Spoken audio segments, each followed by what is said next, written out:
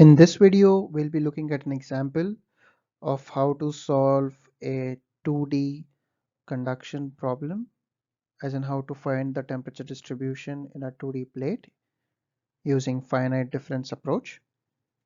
And we'll be applying what we've seen in the video of finite difference approach, and we'll see if we can apply any of the equations that are there in table of a table which is given in table chapter 4.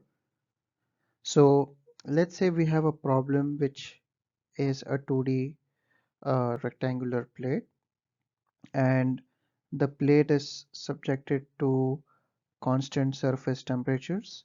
These temperatures are not equal. So the top surface is at a temperature Ts1, the surface on the right is at temperature Ts4, surface on the bottom is at a temperature Ts3, and the surface on the left is at a temperature Ts2.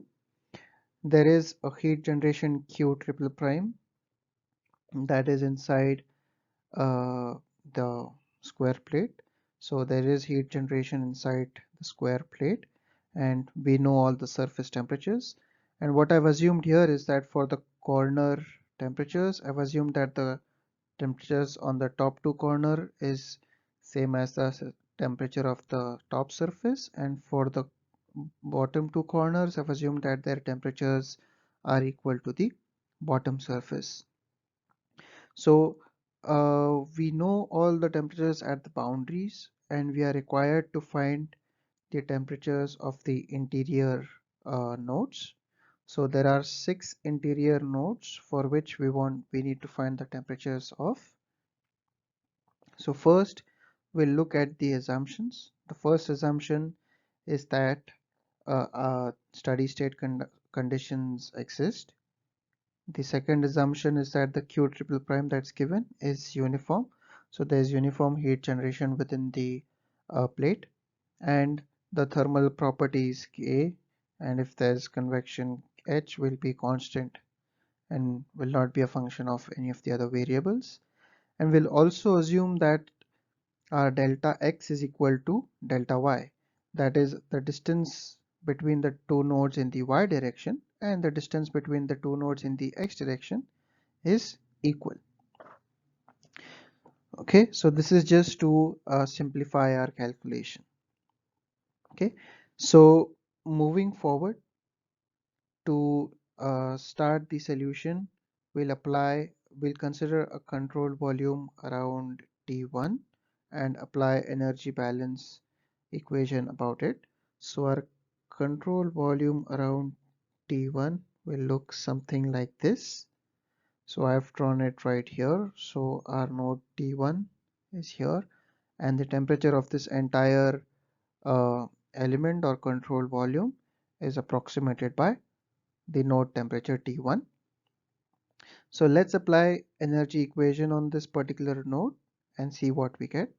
So because it's steady state, our term on left will go to 0, and we'll assume that there's Q conduction coming from S2 to 1, there's Q coming from top to bottom, Q coming in from S1 to 1, and there's Q coming in from 2 to 1, and there is Q coming in from 3 to 1, and these all are heat being transferred due to conduction. And because we've assumed that heat is coming in from all 4 directions, our Q out will be 0. But we do have a Q gen term, we do have a heat generation term.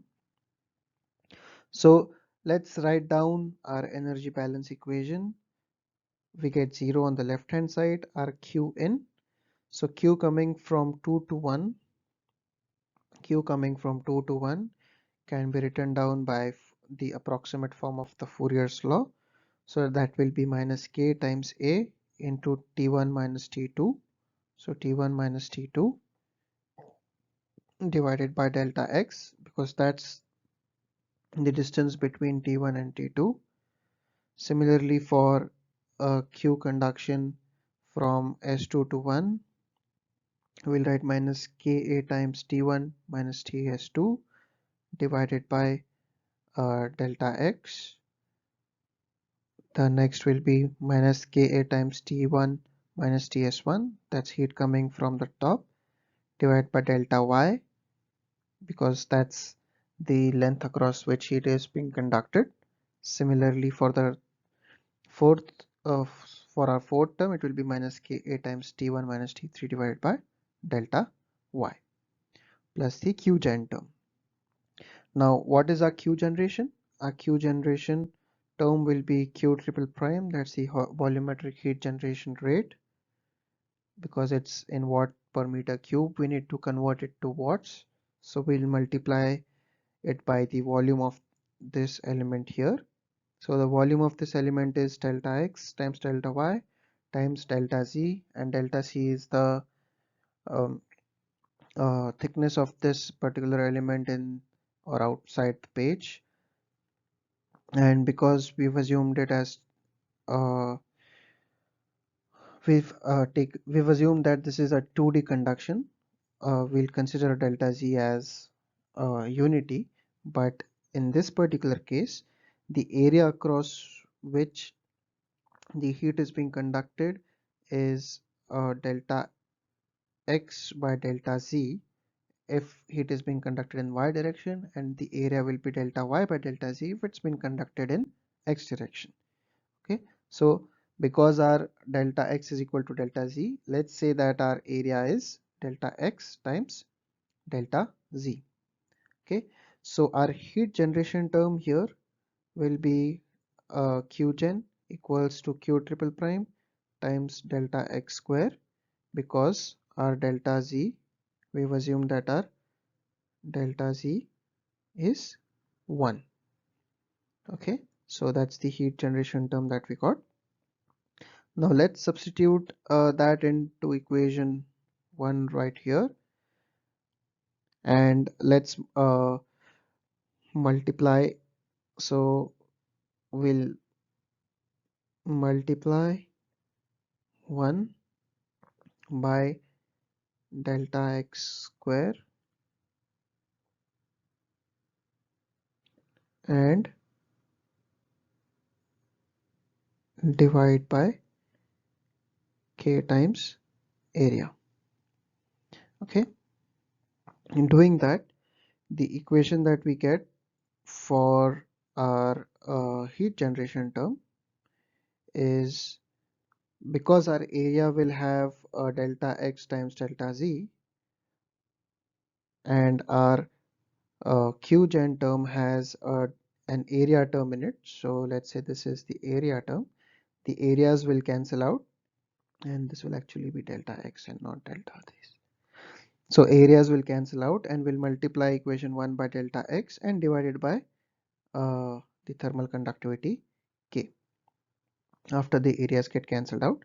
So the equation that will be left out is that it will be T2 minus T1, and I have taken the negative sign inside the bracket and flipped the temperatures.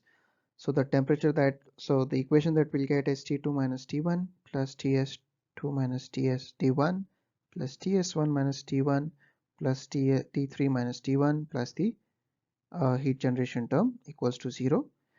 And now you've already seen that we have 4 T1 terms with a negative sign. So let's see what our equation turns out to be. Uh, So because we had my 4 negative T1 terms, we get a minus 4 T1, and we get summation of the neighboring temperatures right here. So we have a Ts2 plus Ts1 plus T2 plus T3, which are our neighboring nodes, not cells, minus 4 times T1. So our node of interest was T1, and we have a negative sign here, so it checks out, plus the heat generation term equals to 0.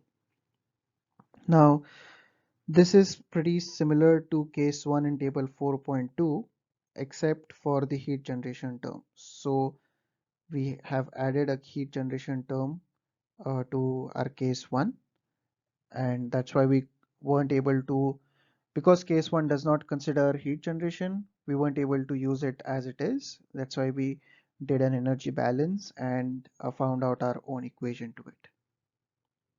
So similarly, we can apply the energy balance for the remaining 5 interior nodes and write an equation for this. So the equation will be similar to the equation for T1, except the indices for the temperature terms will change. So let's write down the equations together. So your equation for T2 will be Ts1 plus Ts4 plus T4 plus T1 minus 4 times T2 plus Q triple prime into delta X square by K equals to 0. For T3 it will be Ts2 plus T1 plus T4 plus T5 minus 4 times T3 plus Q triple prime into delta X square by K equals to 0. At T4 we'll have, sorry, at T4 we'll have T3 plus T2 plus Ts4 plus T6 minus 4 times T4 plus the heat generation term equals to 0. At T5 we'll have Ts2 plus T3 plus T6 plus Ts3 minus 4 times T5 plus the heat generation term equals to 0. And similarly for uh, T6 we can write this as plus Ts3 minus 4 times Ts6 plus the heat generation term equals to 0. This needs to be triple prime. Okay, so now we have 6 equations. So 1, 2, 3, 4, 5, 6, and we have 6 unknowns. So our unknowns, or the variables that are unknown, are 6, are interior nodes which we need to find. So we have 6 unknowns and 6 equations. So we can solve the sixth system of equation using matrix method, and let's see how we can do that. So let's form an augmented matrix, a 6 by 7 augmented matrix, and solve it using any numerical method or any code that you prefer. So I'll be using MATLAB to solve the augmented matrix that we get, and let's see how we form the augmented matrix. Okay, so for simplicity, I'm assuming that gamma is equal to q triple prime delta x square by k, just so that it's easier to write down. And I have written down the equation for, sorry, the coefficients of equation 1 in row 1. So the coefficient for T1 will come here, T2 will be here, T3 will be here, T4 will be here, T5 will be in this column, and T6 will be in this column. And our constant terms, or right hand side, will be in the 7th column. So let's write down the coefficients for the other remaining equations that we have. So for equation 2, coefficient for T1 is 1, T2 is minus 4, we don't have a T3, we have a T4, we don't have a T5, we don't have a T6. Okay, let's write down the coefficients of T1 to T6 first, and then we can fill in the 7th column later. So for our third equation, we have a T1, we don't have a T2, we have a T3 and coefficient is minus 4, we don't have a we have a T4, we have a T5, we don't have a T6. For equation 4, we don't have a T1, we have a T2, we have a T3, we have a T4, we don't have a T5, we have a T6. For equation 5, we don't have T1 or T2, we have T3, we don't have T4, we have T5, and we have T6. For equation 6, we don't have T1, we don't have T2, we don't have T3, we have T4, we have T5, and we have T6. And our terms in the seventh column for equation 2 will be Ts1 plus Ts4 plus gamma. For the next equation, it will be just Ts2 plus gamma.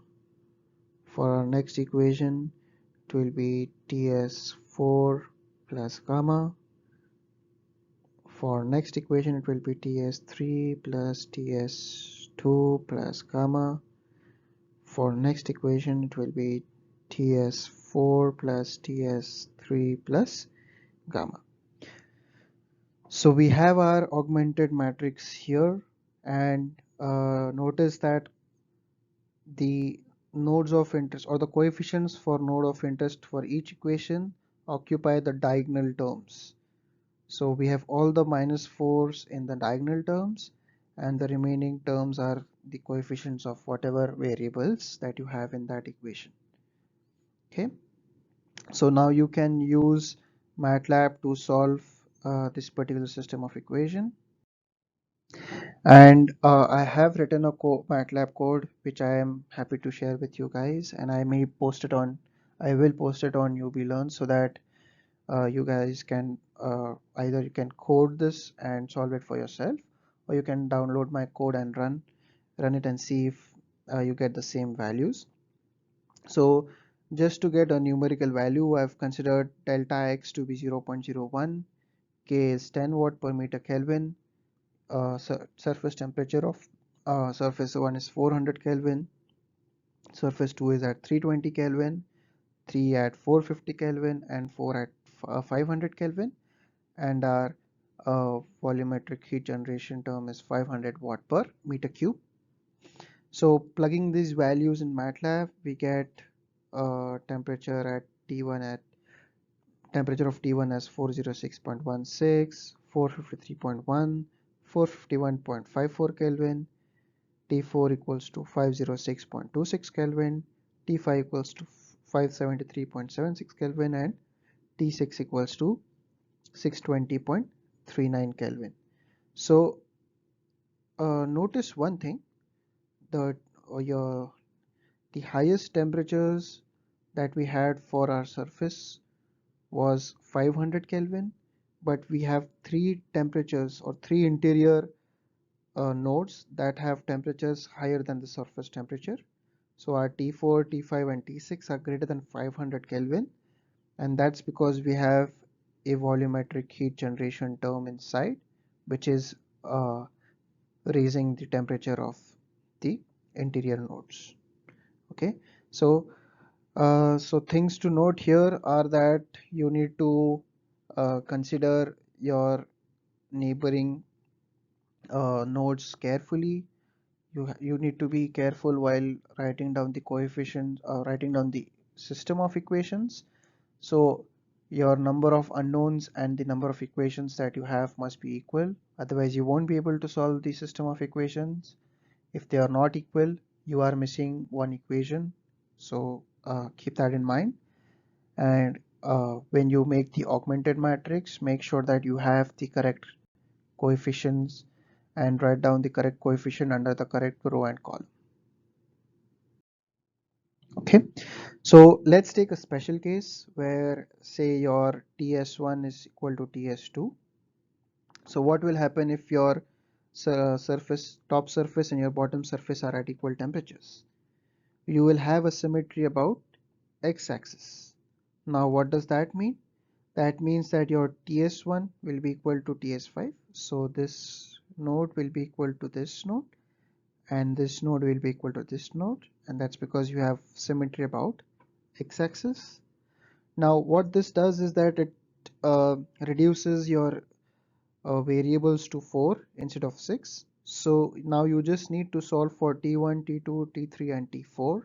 So you just need to solve for 4 nodes, and the other 2 nodes will be equal to T1 and T2. So it's very important that you understand the equation and see if there are any symmetries that you can use and reduce your system of equation to a lower order. So uh, let's take another scenario where we need to determine the temperature of a corner node. So you can assume this as a solved example. So let's say we have a special case where we have a finite heat flux being assigned to the top surface, uh, that is TS1, and we don't know what's the temperature of the corner node, T0, which I've marked right here. And also the surface on the left is participating in convection. So there's air blowing on the left side of the plate, which is at temperature T infinity, and we need to find what is the temperature at T infinity. So what we do again is that we draw a control volume around the node T0. Now because this is a corner node, our control volume will not have dimensions of delta x and delta y. Okay, our control volume will have dimensions. Uh, this will be delta y by 2, and this here will be delta x by 2. Okay, there's Q convection coming in from left.